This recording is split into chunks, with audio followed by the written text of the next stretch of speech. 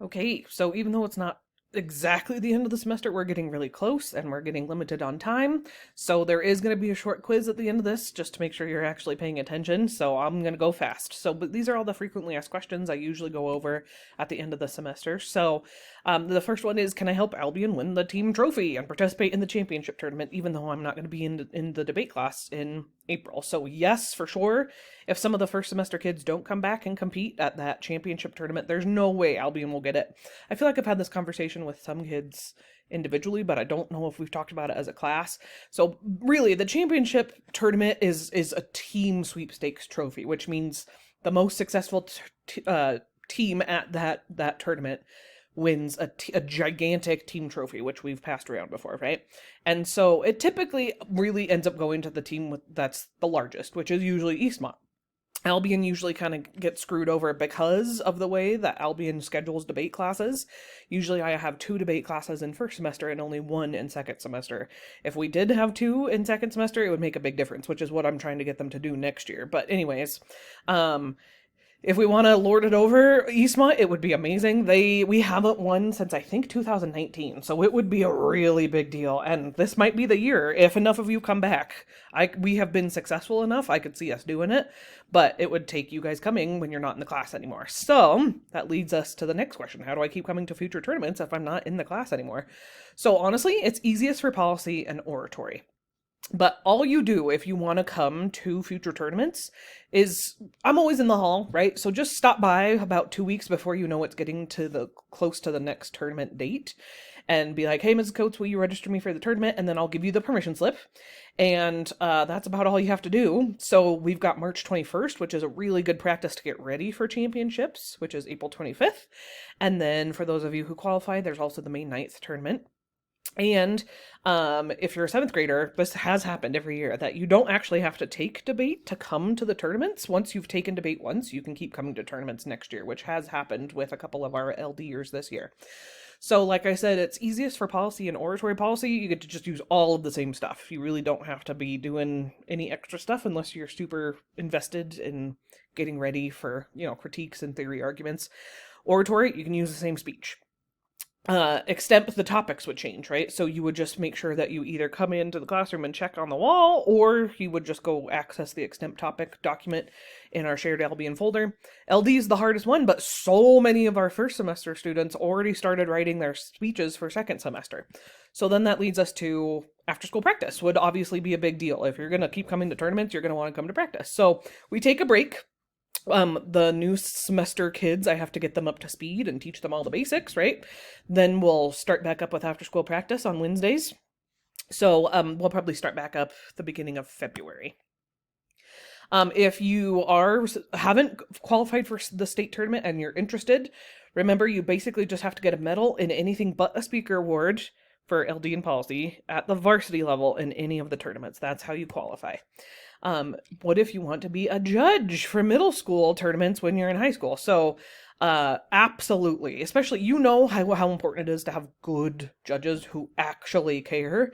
So that's the only way debate works, is if former debaters come back and pay it forward, right? They help the newer generation. So the more judges we have coming to tournaments, the smoother they run. So it really, really matters. So I use this little texting service called Remind, so that you don't have my phone number and I don't have yours, but I can send you reminders. So if you are interested, you would want to do this as soon as possible. You just open up a new text message. The number you're sending it to is 81010. And the message itself just says @AlbJudge. And then that way you'll start getting all of those reminders. You can do this even if you're a 7th grader. You can sign up now. You can't come and judge until you're in 9th grade. But usually I have found that if students don't sign up for this Remind group, then they never end up doing it, and then they never make easy money. So you can be a judge even if you're not a debater in high school, because there will be judge training and you know enough about debate, even just having done it in middle school. So we pay $10 per round, which means you basically could make an easy 30 or 40 bucks per night. Plus, we always feed the judges pizza and candy. So you just show up as soon as you can after school gets out in high school, and high school always gets out a little earlier. So you try and show up as soon as you can. I send the messages of telling you what and when and where and all that through these Remind texts. And then you just have to bring your social security number which your parent or guardian would have, and that's how we get you paid. You have to fill out really easy paperwork, but after the tournament, they mail out checks, and it's about just that simple. So yeah, please come judge. And I will say this, I've had some students who are like too busy sometimes, so they'll like come to one tournament here or one tournament there, and that's great. Come as often as you want. If you come and judge every single tournament all throughout the year, you end up making an easy $120, right? I have had it happen though, like some kids won't judge in their 9th or 10th grade year, but then they start realizing like, I need money, so they'll come and judge when they're in 11th or 12th grade. That's totally fine too. So there is the opportunity for 8th graders only. You can judge at the elementary tournament. Every kid who's done it in the past always comes back and they're like, that was so fun. Those kids are so tiny and so adorable. So I would send out this information at the end of the year through this Remind group. So it's another reason that you're going to want to sign up for it. But this year's elementary debates will happen just around the same time as our championship and state tournament. So I would send out that information as it gets closer. There's weird laws about like minors and working and paying. So you wouldn't get paid like that you would if you come back when you're in high school. However, you do get NSDA points. You get 1 point for every hour you judge, and they'll feed you as much pizza and candy as you can eat. So there's usually at least 10 Albion kids who go every year, and it is such a fun experience. They really are like, they're these vicious little elementary kids, and it's so fun.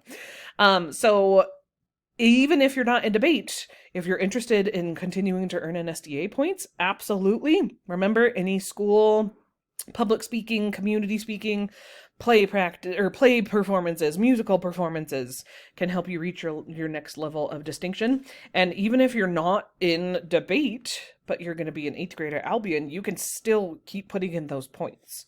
And I have had that happen a lot. So just keep using the NSDA dashboard just like you've been doing and keep earning those points.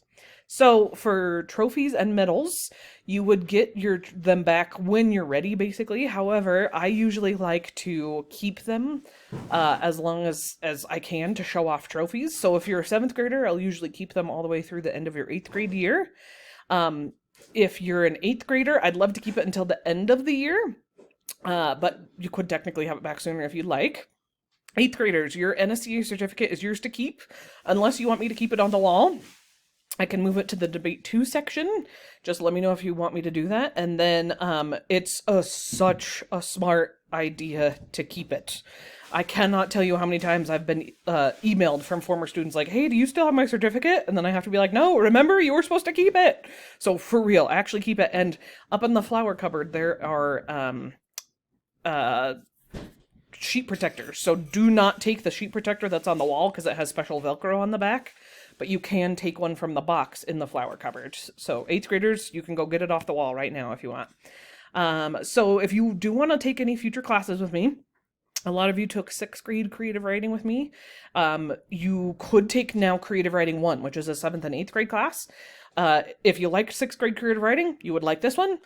It is not the same as exploratory arts. I don't want it to just be a repeat of all the same exact stuff. So we do learn different vocabulary words. We have different projects. If you like creative writing, you would like that class. Then as far as debate, you can, if you're a 7th grader, you can take it. Also, obviously, 8th graders, they're going to have debate in high school. So if you liked debate in middle school, you'll like it in high school. So that's definitely an option. But 7th graders, you do need to consider there's no debate 2 class. They're maybe playing around with the idea of offering debate 2. They'll have an assembly in February where they like tell you all how to sign up for your 8th grade classes. So they'll tell you then what their final decision was. But as of right now, they haven't made the final decision. So if you do sign up for debate as an 8th grader, it really is just a repeat of the class. Some kids love it. That can get annoying for some kids though. So if it were me, I might just ask the debate 2 kids, like, hey, tell me, what did you think? Like, should I do it? Should I not? Right?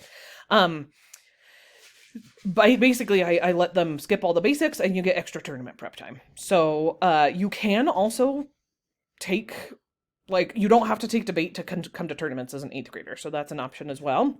I have had some kids ask, so if I'm a 7th grader now and I want to take debate all year next year, can I?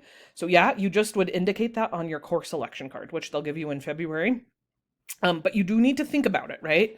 That Like, you might like debate, but even though if you like debate, it still might get boring after 3 times doing the exact same class, right? It's the same fun videos.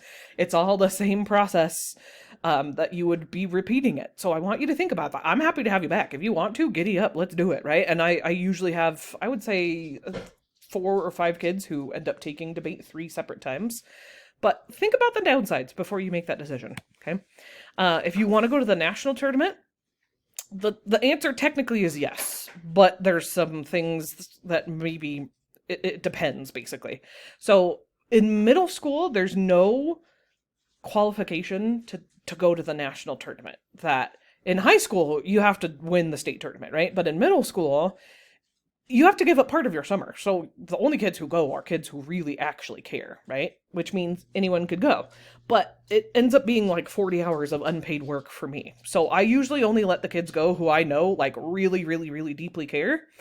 And it's only an option for 8th graders because you shouldn't be going as a 7th grader. You want to get the maximum like practice and debate as you can. So there are some small fees.